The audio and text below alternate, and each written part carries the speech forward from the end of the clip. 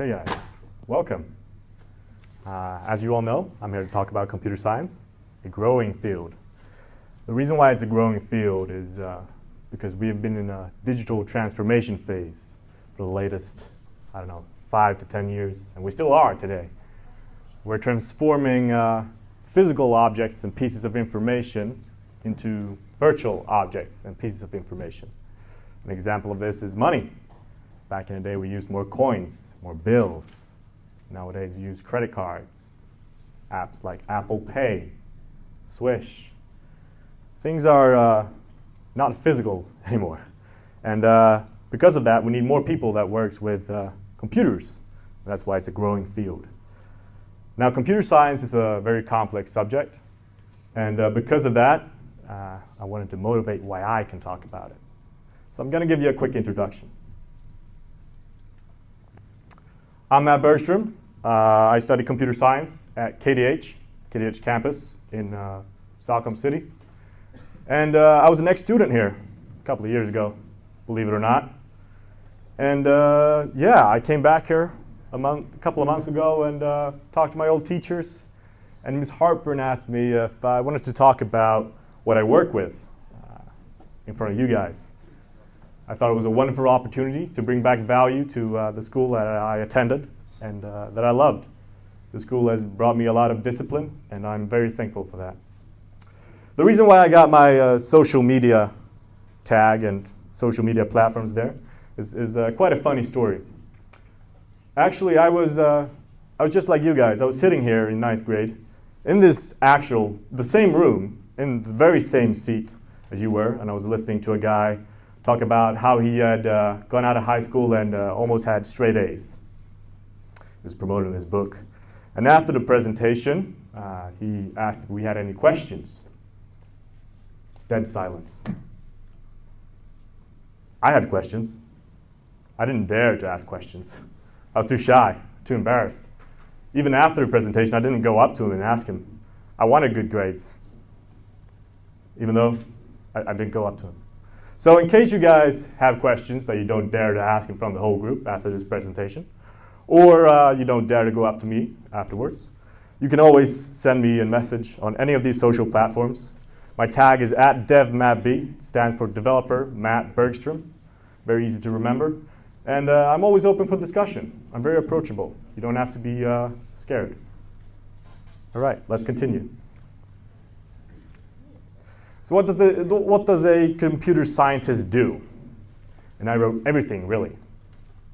They do everything. That's because of this digital transformation that we're in. Everything nowadays is based on computers, which means every industry needs computers and someone who knows how to work with computers. Banking, NASA also needs computer scientists. You can work in any industry. And that's what makes computer science so beautiful. When you work with computer science, you don't settle for one industry. If you go and study to be a banker or an accountant or a lawyer, you will work with the same type of assignments, the same type of jobs for quite some time. If you study to be a computer scientist, you can be in every field. You can design analytic systems for different banks. You can program robots that are going to be sent up to space. Recently, a professor at KTH asked me if I wanted to be part of programming a satellite that was going to be sent up to space to observe some substances and see how they react in space. I turned it down because I got a lot on my plate, but there's quite some exciting stuff you get involved in, and I just wanted you to know that there's a lot of opportunity in computer science. But if you boil it down, what a computer scientist does is work with computers. And we code, program a lot. And we know how to work with hardware. And the notion or the feeling that most people have is that computer scientists is something for men mostly. I want to break that stereotype right here. We need more females in the computer scientist industry. Because it is male-dominated right now, but also because the future depends on technology. So a lot of evolution, a lot of what the innovations are to come are going to come from the computer science industry. If we want the future to reflect who we are as a population, we need both genders, which means that we need both girls and guys, because we want the world, the future, to reflect who we are as a people. So I want to encourage every girl in here to keep an open mind. Computers are naturally a guy thing, but it doesn't have to be. And guys, I'm not discouraging you from keep on doing your computer things. It's always nice to and fun to work with computers. Keep it up. I got a little quote here for you from the creator of Steam. Can you raise your hands if you know what Steam is? Cool. Naturally, a lot of guys. That's cool. That's cool. In case you don't know, it's a gaming platform. It's a collection of games that you can browse, purchase, download, and you can have friends and play games with your friends on that platform. Back in the day, you used to have CDs to install games, and every game was treated as individual. I remember back in the day, 2007, 2008, I downloaded World of Warcraft for the first time. I don't know if you guys are familiar with that game, but there was 5 CDs to install it. It was a pain in the ass. So this Steam platform is quite an innovation. So this Gabe Newell guy, he's quite serious, and he's very, very active in the computer science industry. And what he says is, the programmers of tomorrow are the wizards of the future. And that's so true. Computer scientists have the power to take ideas and make them to reality. Now, if you think about it, that's essentially what magic is. When I was a kid, I loved magic. I loved, imagining casting spells, having fire in my hands, some ice spell, I don't know. And that's just ideas that I had, and it became reality to me and no one else, just to me. But what computer scientists do, they have an idea and they can actually program it, they can create it, they can have an idea and construct it and put it out there in the world and make it a reality. Like Steam. Gabe Newell had an idea, an innovation for the gaming industry, and he did. And a lot of companies got in trouble for it. I don't know if you guys are familiar with GameStop or the old game stores. They're all closed down now, bankrupt, because everyone downloads games online nowadays because of the innovation that Gabe Newell did. So I'm going to talk a little bit about possibilities in the future of computer science. And there's a lot of development going on right now. Believe it or not, we're actually putting machines in school. You guys are off the hook. You don't have to study anymore. No, I'm just kidding. You still have to study. But they're teaching machines to identify speech. They're teaching machines to identify cars in traffic. Society is getting smarter. There's a lot of things happening. This phenomenon is called machine learning, or also called AI, stands for artificial intelligence. And there's going to be a lot of advancements in this field in the future. There's also going to be a lot of advancements in AR and VR. It stands for augmented reality and virtual reality. They are very, very, very easily it's easy to get them together. They're different. Augmented reality is adding objects that do not exist to the existing reality. So I'm guessing a lot of people here are familiar with Pokemon Go. It was crazy. I swear, the first weeks when they dropped Pokemon Go, that's the closest we were going to get to world peace. I swear. That's the closest we're going to get. Everyone was, so friendly, saying hi to each other. And it doesn't matter if you didn't know them. You just sat down with them, had a casual conversation, and caught some Pokemon. That was the days. It's not as popular anymore. But Pokemon Go is an AR app. It adds objects that do not exist to reality. So you got your camera. The room looks normal, but then there's a Pokemon there. That's AR. I'll take questions afterwards. Thank you. I like your engagement. That's good. Virtual reality, however, is when you're in a completely different world. You don't add anything to a existing world. You can live in a world that is completely made up. An example of that is, you've probably seen these big virtual reality glasses. You can try going on roller coaster rides and everything in virtual reality. Both of those fields or categories are going to be major in the future, and there's going to be a lot of development with that technology. And I'm guessing that if some of you in here work with computer science in the future, a lot of you will probably work close to it. We'll probably bump into AR, VR, or AI. So, what's it like to study computer science at KTH? KTH is a beautiful campus. Think IEST, but with less structure when it comes to your schedule. And way bigger, way bigger. We have, I think on a regular day, there's 7,000 students on campus. It's quite a lot. If you think the stairs are a pain to go up to when you're switching classrooms, think like 10 to 15 minute walks between classrooms. It's huge, absolutely huge. The reason why I say it's with less structure is once you get older, you get more responsibility. I'm guessing a lot of you have been told that in high school, you get more responsibility than you had here in elementary school. And with high school, I mean gymnasiet for most of you. And there's the same for university and college. You get more responsibility, more freedom. At KTH campus, you don't have to go to class. You only have to pass your exams. You got a schedule. You can attend lectures if you want to. As long as you pass your exams, you're good.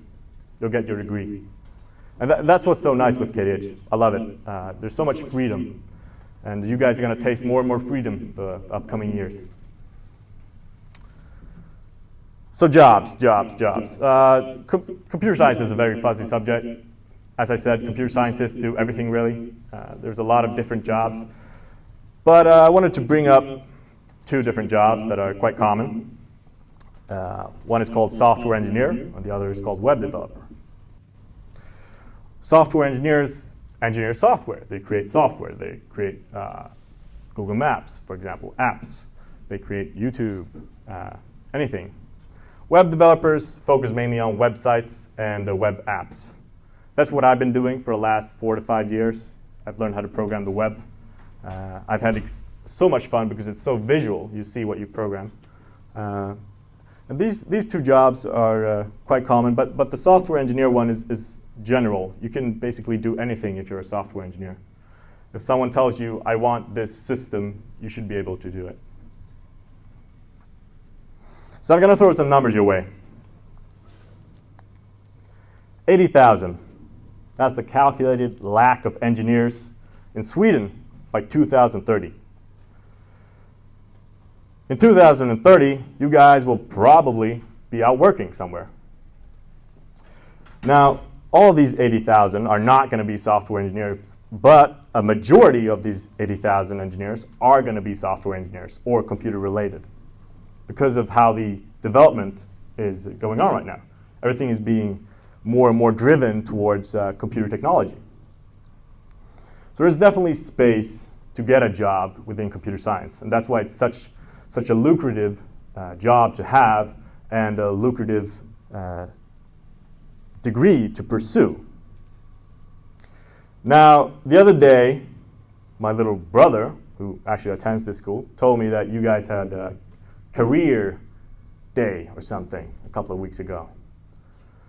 And he told me that he asked everyone that was here about their salary, because that way you base your opinions of when you're in your age. Salary. I don't support picking your profession based on monetary value. However, I did decide to pick out some average salaries for you because there's nothing to be shy of when it comes to computer science and people who work within computer science and their salaries.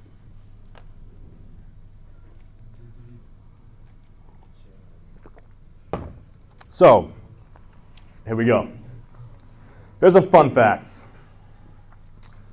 The average salary per year for a computer programmer, that's just someone who programs computers, not one who has a degree. You don't have to have a degree to be a computer programmer. You just have to know how to program computers. The average salary for that person is $64,537 a year. Pretty nice. Pretty cool, just to know how to code and know how to work with computers. If you go further along the chain, $67,097 per year is the average salary per year for a web developer. That's someone who knows how to program the web. You don't have to have a degree to become a web developer. However, it's good to have some form of short education if you want to become a web developer. It's quite a nice salary per year. Quite a nice salary per year. I myself consider myself a web developer. As soon as I get my bachelor's degree, which I will get in a year, I will be able to call myself a software engineer. And that's where the money is. $90,374 is the average salary per year for a software engineer. That's a lot. That's a lot. Now, as I said, I don't support picking your profession based on monetary value, but I want you to know that it's valuable to be a computer scientist. Because the future is based on so much technology, it becomes incredibly valuable to be able to work with computers. So if you have a degree in computer science, any kind of degree, what did we learn from this slide? Call yourself a software engineer. You get paid more. Okay, I got an app project that I'm working on the side. So I'm pursuing this computer science degree as well as trying to start a company with two other people. Both of them are actually ex-students here. We met here, played basketball together, had great fun, and now we're working together. We're considered colleagues. We're in the process of registering a company for this app. Super fun, super fun. And yeah, the app is about study technique and scheduling your home studies. You guys are partly of part of the target group. So what this app does is that it identifies, based off our experience, because the three founders of this app, we felt like we went through school not knowing what we were doing. We didn't study efficient at all. I mean, I got great results, but it was because of effort and attitude, not because of technique. That's all I had. I worked a lot, and it works to work hard, but wouldn't you like to have more time to spend with your friends, learn more in the same amount of time? So we figured that we would share our experience and share our study techniques, and also combine that with study technique research, and then put that into an app that then helps you study towards your different subjects that you may have. And of course, there's different study techniques for different subjects. So if you have an assessment in math in a couple of weeks, you're going to study differently for that than you're going to study for a history test that you have. So that's what this app does, and it schedules your home study time, and then you get instructions that are connected towards your assessment. And if you click on one of these scheduled sessions, you get into a page where you're equipped with a couple of instructions that's going to help you achieve and learn as much as possible during this study session. And you have number of pages or number of words if you're doing, I don't know, if you're doing some glosor. And yeah, you have a set amount of time to do this, and it's the most efficient way to learn according to research. So that's what I'm doing on the side. Quite fun, quite fun. It's always nice to create. What I want to bring out about this is you can have a hobby and still study at university, which is awesome. You have a lot of time. You guys probably have a lot of time now too. But many people think that college university is just a pain. You just have to study all day, all night. That's not true. You don't have to. You can study smart, and you get a lot of time on the side. Before I go further, I just want to share that programming has probably been my biggest passion for a long time because I'm a very creative person. And to me, it's almost insane that I could get paid to program things. Because I see it as building Legos. You know? What if you walk into the office and your boss says, hey, why don't you build me a Lego castle today? You go, sure, boss, and then you get paid. Isn't that amazing? That's awesome. So you build things and you get paid for it. It's really, really creative, it's really joyful. And for me, as a creative person, it's very rewarding. Big recommendation, big recommendation. So a lot of people that I've been in touch with have asked me, how did I learn how to code? I learned on a website called Code Academy. But there are many other resources out there.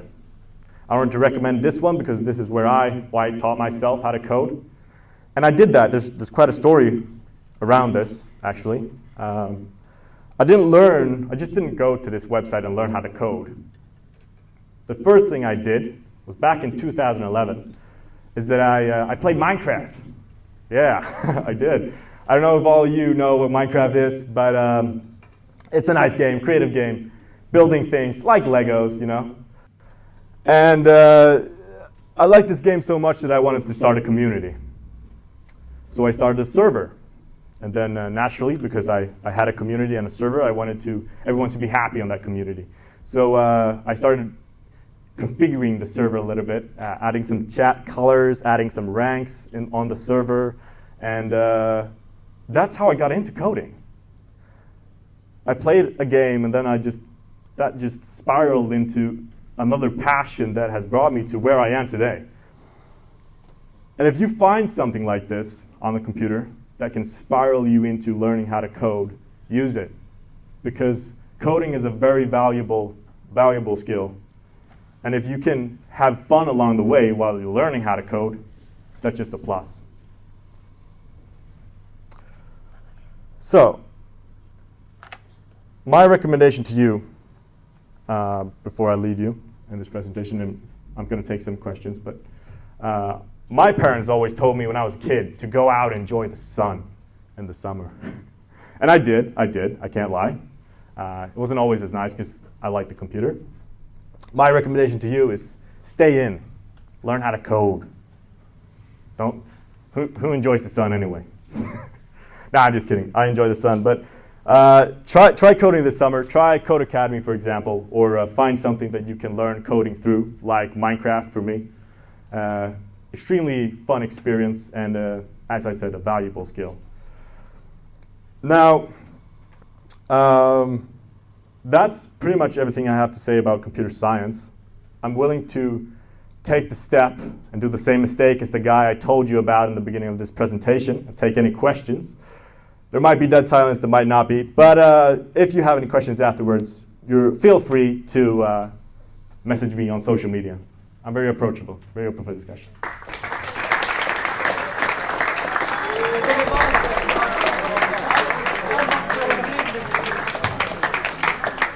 Thank you.